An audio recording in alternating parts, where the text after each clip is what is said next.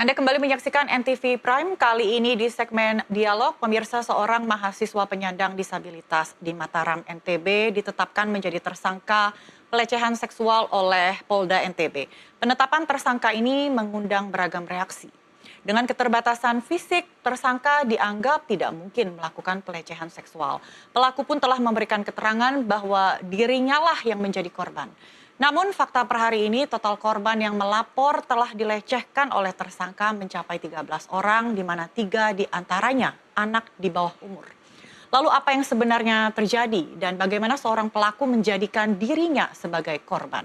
Untuk membahas topik ini kami telah mengundang pakar psikologi forensik, ada Mas Reza Indragiri, dan juga Ketua Komisi Disabilitas Daerah NTB, Joko Jumadi, yang nantinya akan bergabung melalui sambungan Zoom, serta pendamping korban Mbak Ade Latifa Fitri yang juga tersambung melalui Zoom. Selamat sore Mbak Ade, dan di studio ada Mas Reza. Sore, terima kasih telah memenuhi undangan kami. Mungkin kita konfirmasi dulu ke Mas Ade. Mbak Ade, Mas Reza, terkait dengan jumlah korban yang terus bertambah. Jadi Mbak Ade, berapa total yang Anda dampingi saat ini? Ya, saat ini saya mendampingi pelapor dan juga kedua korban lainnya yang menjadi saksi. Ada berapa total orang yang melapor dan yang Anda dampingi, korban yang didampingi saat ini? Iya, jadi satu pelapor kemudian dengan 2 korban yang menjadi saksi, tapi sebagai update di hari ini ada 3 korban baru yang memberikan keterangan yang kami juga dampingi. Oke, jadi 4 korban yang Anda dampingi saat ini ya Mbak Ade ya? Oke, tentunya apa yang dilaporkan antar korban ini berbeda-beda. Bisakah dijelaskan apa yang dilaporkan oleh korban-korban ini? Ya, sebenarnya secara keseluruhan itu modusnya sama ya, berkenalan di tempat publik yaitu di Taman Udayana, kemudian pelaku mengajak korban berkenalan dan akhirnya ada ancaman-ancaman di situ yang kemudian mengarahkan korban menuju homestay seperti itu. Oke, jadi korban tidak mengenal pelaku sebelumnya? Sama sekali tidak mengenal. Jadi semua korban itu baru mengenal pelaku saat itu di lokasi kejadian. Oke, seperti apa bentuk intimidasi ataupun roda paksa yang dilakukan oleh pelaku? Untuk korban sendiri yang melapor itu ada ancaman-ancaman yang dilontarkan selama di Taman Udayana.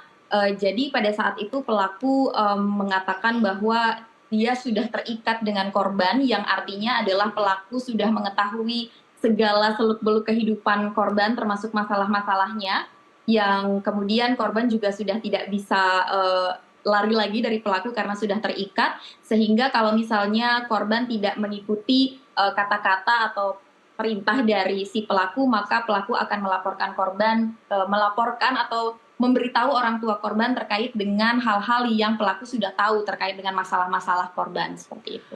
Mbak Ade, bagaimana pelaku mengetahui informasi korban padahal mereka tidak saling kenal sebelumnya?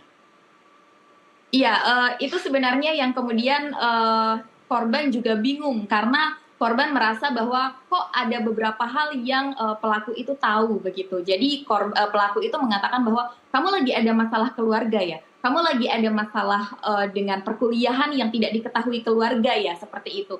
Dan kemudian korban merasa kok si pelaku ini tahu begitu, kok orang ini tahu bahwa saya ada masalah itu gitu. Dan kemudian muncullah statement dari pelaku yang mengatakan bahwa kamu sudah terikat dengan saya sudah tahu semua tentang kamu, jadi kamu nggak bisa kemana-mana.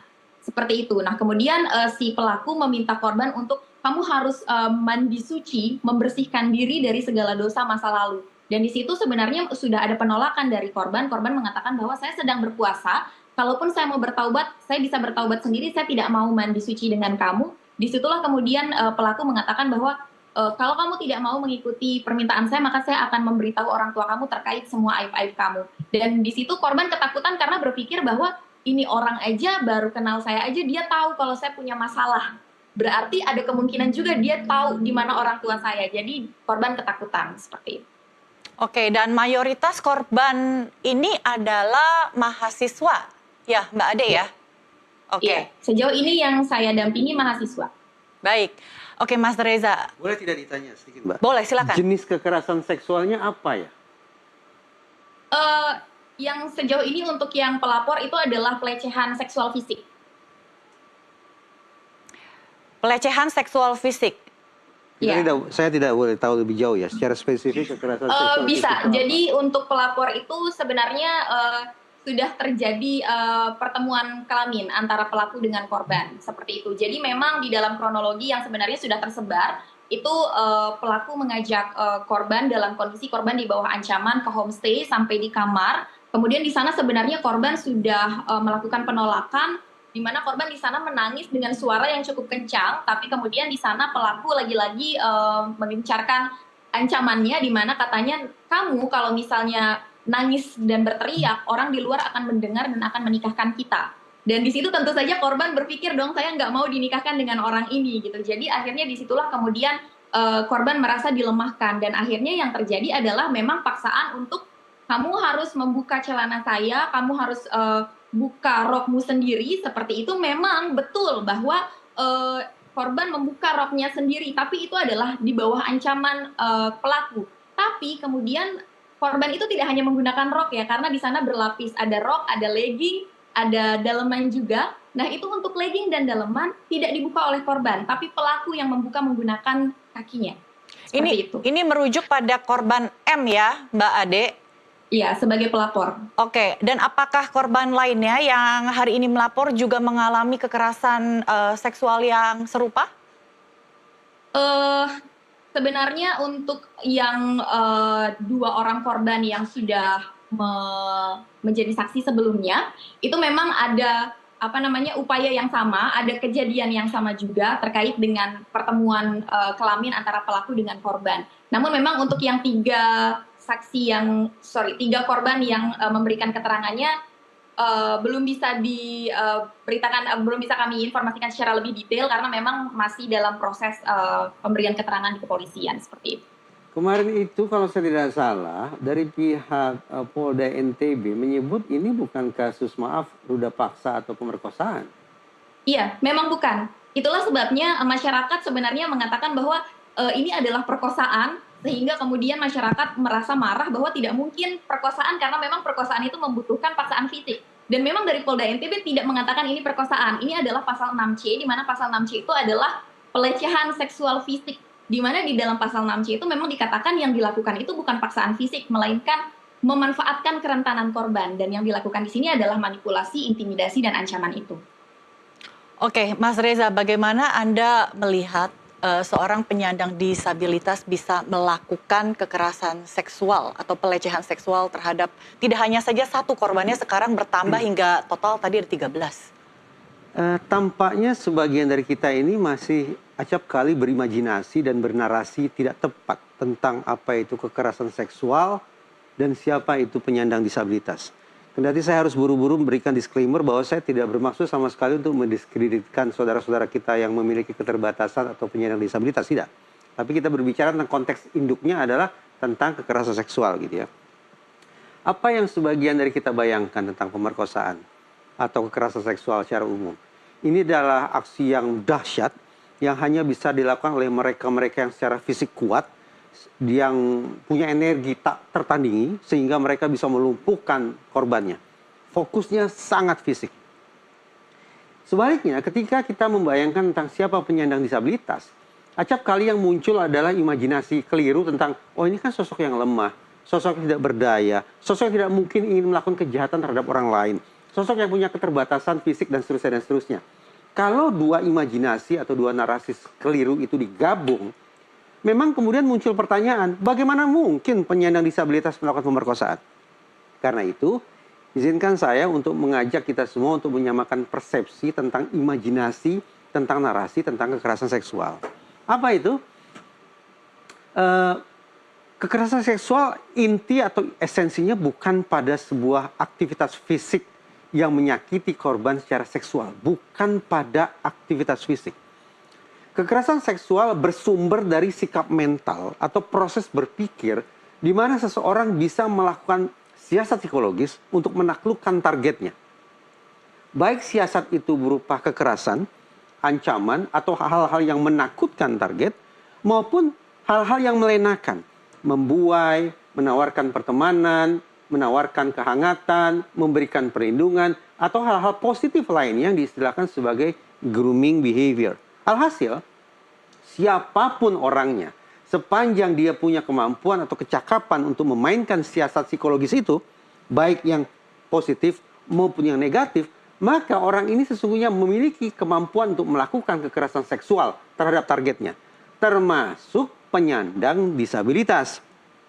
Seorang penyandang disabilitas, anggaplah jenisnya adalah tunadaksa. Dia punya bagian tubuh yang tidak lengkap. Tetapi dia memiliki kemampuan berpikir, memiliki kecakapan psikologis untuk menaklukkan targetnya secara psikis, yang saya sebut tadi sebagai siasat psikologis, maka siapapun itu termasuk penyandang disabilitas tetap mungkin untuk melakukan aksi kekerasan seksual terhadap orang lain. Jadi artinya Mas Reza, kalau pelaku ini sudah ada itikat buruk dan sudah merencanakan, sudah ada siasat buruk sebelum melancarkan aksi-aksinya ini. Bahkan lebih dari jauh itu, yang saya bayangkan adalah pelaku-pelaku kekerasan seksual adalah mereka-mereka yang belajar untuk melakukan aksi jahat. Kalau selama ini populer masyarakat mengenal istilah criminal profiling, yaitu bagaimana memprofilkan pelaku kejahatan, boleh jadi pelaku kejahatan, pelaku kekerasan seksual pun melakukan proses belajar guna melakukan victim profiling, yaitu memfiktif korbannya. Sehingga dia akan menemukan celah di mana kira-kira siasat psikologis itu akan dia masukkan ke dalam diri targetnya. Oke. Sekali lagi, ketika siasat psikologis itu berhasil dia kenakan kepada target, baik siasat yang berupa ancaman, intimidasi ataupun hal-hal negatif lainnya, maupun hal-hal yang terkesan positif, pertemanan, kehangatan, atau grooming behavior lainnya, maka pada momen itulah kemungkinan terjadinya kekerasan seksual menjadi sangat nyata pada diri target. Tadi sempat saya tanyakan Mas Reza ke Mbak Ade, kalau korban ini mayoritas adalah mahasiswa. Ya. Kenapa mereka bisa begitu percaya dengan pelaku? Ada riset klasik ya. Kata kuncinya adalah suggestibility. Mungkin bisa di Indonesia akan menjadi sugestibilitas. Apa itu suggestibility atau sugestibilitas? Ini istilah untuk menunjuk seberapa rentan seseorang menerima sugesti dari eksternal. Sekali lagi, baik sugesti yang sifatnya positif maupun sugesti yang sifatnya negatif. Dari riset yang cukup banyak itu, klasik, ternyata diketahui bahwa ada 3 kelompok manusia yang paling memiliki suggestibility tinggi. Berarti mereka memiliki kerentanan ekstra untuk mendapatkan pengaruh. Siapa itu? 1, anak-anak. 2, jenis kelamin perempuan. Dan yang ketiga, mereka-mereka dengan tingkat kecerdasan rendah. Barangkali pertanyaan Mbak Mona tadi, kenapa ada mahasiswa yang bisa menjadi korban kekerasan seksual, barangkali relevan terkait dengan yang kedua. Bahwa perempuan, menurut riset, diketahui memiliki tingkat suggestibility yang lebih tinggi. Itulah yang barangkali menjadi penjelasan mengapa betapapun mereka mahasiswa, tapi ternyata mereka menjadi target oleh pelaku kekerasan seksual. Baik, Mbak Ade, adakah informasi bagaimana pelaku ini memburu atau mencari korban-korbannya? Jadi korban-korban yang berhasil kami identifikasi ini, termasuk yang sudah memberikan keterangan ini adalah korban-korban yang kemudian sedang nongkrong begitu ya di Taman Udayana, entah itu mencari makan sehabis kuliah dan lain sebagainya, dan secara random saja kemudian didatangi oleh si pelaku seperti itu. Dan kesaksian sih mengatakan bahwa memang pelaku ini sering berada di daerah situ dan mendatangi orang-orang yang sedang duduk sendiri seperti itu. Jadi korban-korban yang sudah berhasil kami identifikasi dan sudah memberikan keterangan adalah orang-orang yang sedang duduk sendiri seperti itu dan tiba-tiba didatangi. Oke, tentunya ketika dihampiri oleh pelaku, korban tentu akan merasa tidak nyaman. Adakah dari mereka yang mencoba mencari pertolongan mungkin karena itu kan tempat publik ya? Dengan mungkin berteriak ataupun menghindari pelaku? Ya, sebenarnya yang dilakukan terhadap para korban ini seragam ya, di mana ketika baru menghampiri korban itu, pelaku tidak kemudian langsung menunjukkan gelagat yang mencurigakan dan lain sebagainya. Kalau berdasarkan pernyataan para korban, itu sebenarnya adalah yang membuat mereka menerima kehadiran si pelaku untuk duduk berbincang dan berkenalan itu adalah karena mereka merasa iba melihat kondisi si pelaku. Dan kemudian setelah berkenalan, pelaku melakukan hal yang sama di mana pelaku itu menunjukkan video TikTok-nya dia di mana di sana dia banyak melakukan aktivitas seperti naik motor, bermain alat musik dan lain sebagainya untuk kemudian mendapatkan simpati dan rasa kagum dari korban. Jadi para korban ini kemudian tidak merasa bahwa si pelaku ini adalah orang yang mengancam seperti itu. Oke Mas Reza, jadi itu ya yang Benar dilakukan. kan yang saya katakan tadi, bahwa modus pelaku kekerasan seksual ketika mencoba memainkan siasat psikologis terhadap target tidak melulu modus-modus yang menakutkan, ancaman, intimidasi, tidak. Tapi mungkin memainkan grooming behavior. Ini seperti bentuk manipulasi berarti ya secara Betul, tidak langsung ya? sehingga korban justru alih-alih menjauh dari pelaku, justru merasa ada ikatan emosional tertentu terhadap orang yang sesungguhnya punya niat jahat terhadap dirinya. Grooming behavior, kalau berdasarkan penjelasan atau deskripsi dari Mbak Ade tadi, tampaknya itulah modus yang dimainkan oleh, saya tidak tahu statusnya apa, tersangka kah? Atau Iya. masih terlapor kah? Tersangka tahanan rumah ya, Nah, gitu. Mbak Ade ya? Tampaknya Iya. grooming behavior itu yang dimainkan. Oke, artinya kan tentunya ada batasan-batasan ya. Kalau kita misalnya terinspirasi ya dengan sosok difabel ini, tapi kan tidak sampai ada garis batas ya begitu Mas Reza. Artinya si pelaku ini cukup karismatik ya, berkarisma sampai-sampai banyak sekali korban yang menuruti keinginannya. Pada titik awal dia mainkan grooming behavior agar muncul kepercayaan dari target terhadap diri pelaku. Pada tahap berikutnya untuk memperkuat siasat psikologis yang dia sudah coba bangun adalah dengan memberikan tekanan bahwa seolah-olah pelaku tentang sisi-sisi gelap targetnya. Kombinasi antara grooming behavior dengan ketakutan bahwa aib itu akan terungkap, saya pikir tanda petik merupakan kombinasi strategi yang sempurna yang sudah bisa dimainkan oleh seorang pelaku. Berarti benar kan? Sesungguhnya kita bisa letakkan ke samping sebutan disabilitas dalam konteks perbincangan ini. Karena fokus diskusi kita adalah tentang bagaimana pelaku kekerasan seksual adalah orang-orang yang memiliki kecakapan psikologisnya itu. Dan kecakapan psikologis itu bisa dimiliki oleh siapapun. Oleh penyiar televisi, oleh pekerja sosial, oleh orang seperti saya, termasuk oleh penyandang disabilitas sekalipun. Baik, baik Mbak Ade, bagaimana cara, saya masih berpikir ini sebenarnya, bagaimana cara pelaku sampai bisa meyakinkan korban kalau misalnya ia punya semua rahasia yang dimiliki korban, aib-aib mungkin yang tidak boleh dibongkar. Bagaimana Iya, menghimpun begitu banyak informasi dari masing-masing korban?